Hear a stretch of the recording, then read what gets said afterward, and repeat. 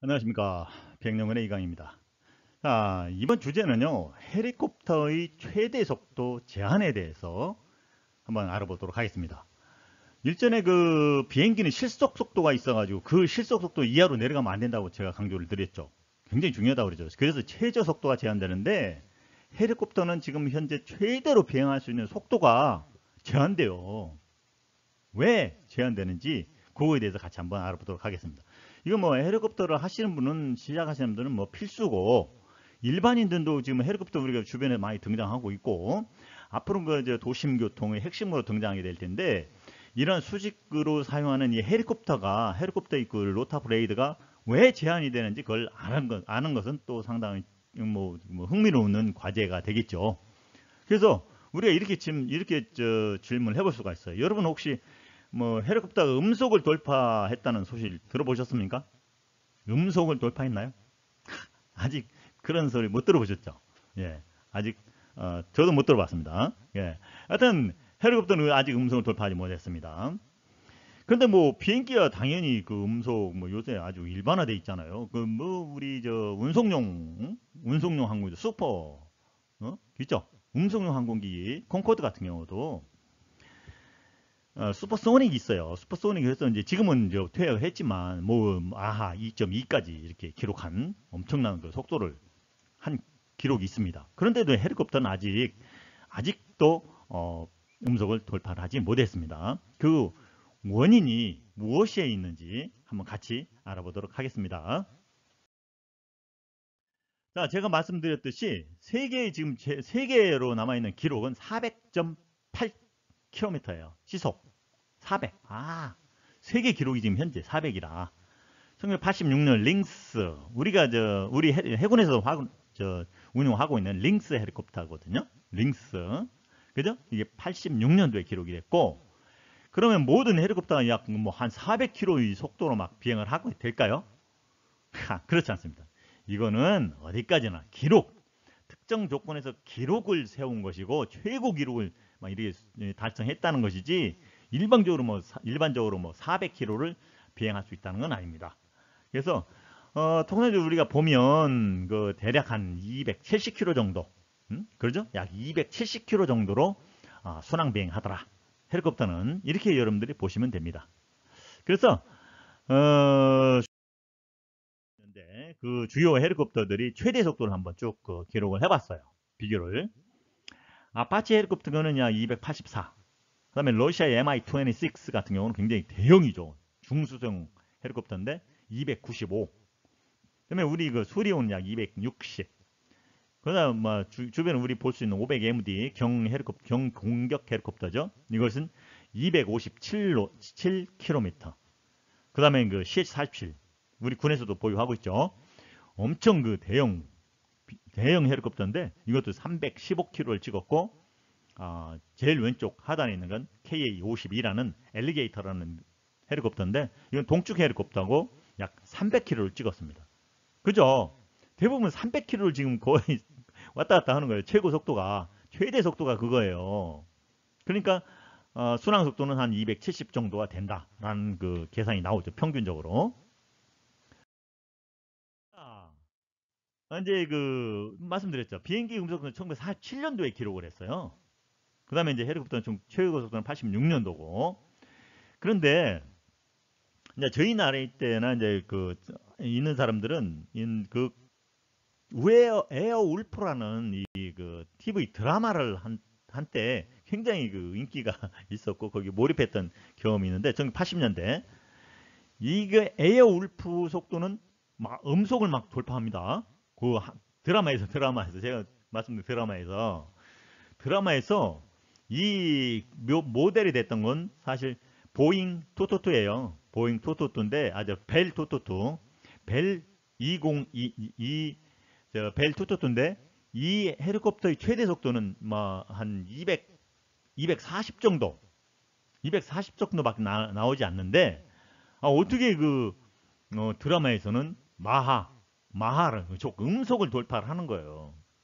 이때 이제 그 드라마 선생이 각색을 한 걸 보면은 터보 추력으로 이제 하는 거죠. 터보 추력으로 해서 음속을 돌파한다. 이렇게 했는데 사실 헬리콥터는 아직 음속 돌파한 기록이 없습니다. 여러분들 이걸 잘 기억해 주시기 바라고요. 그럼 왜 이렇게 제한이 되느냐? 그거 아닙니까? 우리 오늘 과제 핵심은 자, 헬리콥터를 위에서 보면 모습이에요. 헬리콥터가 지금 120노트로 전진하고 있고 로타 브레이드는 450노트로 회전하고 있다고 가정을 합니다. 그러면 잘 보세요. 이쪽 오른쪽에 그 분홍색 부분은 앞으로 지금 전진하고 있죠. 그렇죠? 그리고 왼쪽에 있는 그 부분은 하늘색 부분은 뒤로 가고 있어요. 당연하죠. 전진 브레이드와 후진 브레이드가 있다는 얘기예요. 어느 형태든 좌측으로 돌든 우측으로 돌든 전진 브레이드와 어드밴싱 브레이드, 리트레이딩 브레이드가 이렇게 생깁니다. 그러면 한번 보세요. 지금 상대 속도를 계산을 해보세요. 상대 속도 우리가 상상을 해봅시다. 우리가 이 헬리콥터가 지금 무풍 상태에서 120노트라니까 상대 속도는 얼마예요? 120이죠. 그래서 양쪽 120입니다. 똑같이. 그런데 이쪽으로 전진하고 있는 브레이드는 이런 방향 이렇게 되겠죠. 속도가 되고 여기는 후진하고 있으니까 이렇게 됩니다. 그럼 여기는 이걸 두 개를 플러스 요소가 되고 이쪽은 마이너스 요소가 되는 거예요. 속도가 실제 이것을 한번 우리가 계산해 보니까 렐러티브 윈 스피드가 상대 속도가 570이 돼요. 그죠? 이쪽에서는 330밖에 안 돼요. 양력은 속도에 비례하죠. 그러다 보니까 오른쪽에서는 양력이 증가하고 왼쪽에서는 양력이 감소합니다. 가면 갈수록 더 떨어지겠죠. 그죠? 속도차가 더 커지니까 이것을 해소하지 못하면 헬리콥터는 운용을 못합니다. 그래서 이제 이것을 해소하는 방법으로 우리가 플래핑이라고 합니다. 플래핑. 헬리콥터 하시는 분들은 이제 이것을 필수적으로 알아야 돼요. 플래핑. 예? 플래핑이라고 하는데 뭐 일반 사람들은 뭐 알을 필요가 없겠지만은 뭐 앞으로 전문적으로 해야 될 분은 플래핑이 뭔지 확실하게 알아야 됩니다. 나중에 다시 한번 다루도록 하죠. 그래서 이와 같이 양력 불균형 우리가 dissymmetry of lift 또는 unbalanced. 불균형이죠. unbalanced of lift. 양력 불균형이다라고 합니다. 그래서 여기서 어떻게 양력 불균형을 해소하느냐? 오른쪽에서는 플랩 업 해가지고 받음각을 감소시켜 줍니다. 받음각. 네? 받음각을 감소시키고 왼쪽에서는 플랩 다운 시켜서 받음각을 증가시켜 줍니다. 그렇게 해서 이렇게 균형을 맞추는 거예요. 그래서 정상적인 비행에서는 상관이 없습니다. 이런 상태가 되니까 균형을 맞추니까 정상적인 비행 상태는 이렇게 비행을 할 수가 있어요. 양력 불균형을 해소를 하고 있으니까. 그런데 속도가 지금 200노트 가깝게 지금 막 그 최대 속도 가깝게 막 전진을 하고 있어요. 예? 전진을 하고 있습니다. 그럼 제가 말씀드린 대로 좌우측 속도차가 더 벌어지겠죠. 당연히 더 벌어지면서 당연히 그 양력차도 더 커지고요.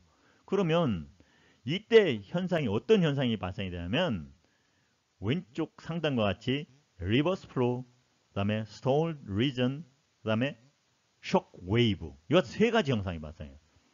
리버스 플로우는 역기류예요. 역기류가 요쪽에서 이렇게 기류가 반대로 흐르는 기류가 발생하는 거예요. 그 좀 말이 안 되는 거죠, 이거는. 그러면서 역기류 구역이 형성이 되고 이쪽 지역에서 서서히 뭐가 되냐면 스톨 기역이 확장이 되는 거예요. 점점점. 스톨 기역이 이렇게 막 확장이 되는 거예요. 스톨 이 영역이. 스톨 알죠? 스톨 실속. 다음에 이쪽에서는 어떻게 생겨요? 최대 속도가 빨라지면서 쇼크 웨이브가 생깁니다. 쇼크 웨이브가 생기는데 약 0.75 정도. 0.75 정도 속도에 도달하면 쇼크 웨이브가 발생하기 시작합니다. 이렇게 되면 심각한 로타 브레이드의 기능이 상실되는 거죠. 그러므로 해서 심각한 진동이 막 발생하고 실속이 더 커지는 쪽으로 기울어져 버립니다. 즉 운항 불가가 되는 거죠.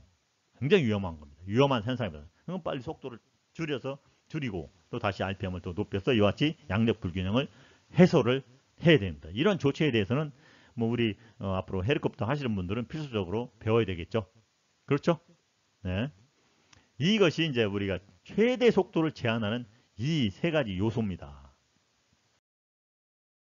이걸 지금 설명을 하고 있는 거예요. 쭉 설명을 했으면 제가 설명드린 다음에 루트 쪽에서 리버스 플로우가 발생하고 그 다음에 이쪽 브레이드 쪽에서는 퇴진 브레이드, 후진 브레이드 쪽에서는 스톨 상태가 더욱 확장이 되고 그 다음에 왼쪽에 오른쪽에서는 최대 속도가 발생하면서 속도가 동반하면서 쇼크 웨이브가 발생한다. 충격파가 발생하기 시작한다는 겁니다. 자, 그 다음에 이걸로 인해서 결국 최대 속도가 제한이 되더라. 이렇게 우리는 이해하시면 됩니다. 이런 것 때문에 헬리콥터의 최대 속도를 하는 것을 여러분들은 충분히 이해하실 수 있을 겁니다. 자, 여기서 부가적으로 리트레이딩 브레이드 스톨, 이거는 후진이죠. 후진 브레이드 스톨이면 RBS라는 후진 브레이드 실속이 발생, 지금 제가 말씀을 드렸죠. 이것은 후진 브레이드 실속이 발생하는데 하이트가 아니라 하이입니다. 하이 그로스 웨이트, 높은 총중량이 너무 높을 때, 그죠? 그 이상으로 또 화물을 적재했을 때, 또는 하이 덴시티 애티튜드, 덴시티 애티튜드는 뭡니까? 밀도 고도라고 하죠. 밀도 고도 굉장히 성능과 밀접한 관계가 있습니다. 그러나 지금 여기서는 뭐 다루니까 다음에 한번 다뤄보도록 하겠습니다. 굉장히 중요한 요소니까. 그 다음에 steep 또는 abrupt turn, 즉 급선회, turbulent air flight, 즉 뭐 그냥 무의식적으로 난기류 속에 비행했을 때 이와 같은 리트레이딩 브레이드 스톨이 발생할 수 있다라는 겁니다. 자, 그럼 이쯤에서 뭐 여러분들에게 과제를 하나 부여할까요? 어떤 과제냐? 뭐 어렵게 생각하지 마십시오. 이것을 한번 해소할 수 있는 솔루션 상상을 해보세요. 이 중에 어떻게 그러면 이것을 할 수 있는 방법이 무엇인가? 지금 여러분뿐 아니라 헬리콥터 모든 공학자들은 이것을 위해서 굉장히 노력을 하고 있습니다. 어떻게 이것을 해결할 수 있는 방법이. 그래서 좀 더 속도를 높이느냐? 요거에 대해서는 상당한 연구를 하고 있는데 여러분도 한번 생각을 해보시라고 제가 과제를 부여하는 겁니다. 나가지 마시고요. 꼭 여러분들이 한번 생각을 해보시고 다음에 한번 같이 다뤄보도록 하겠습니다.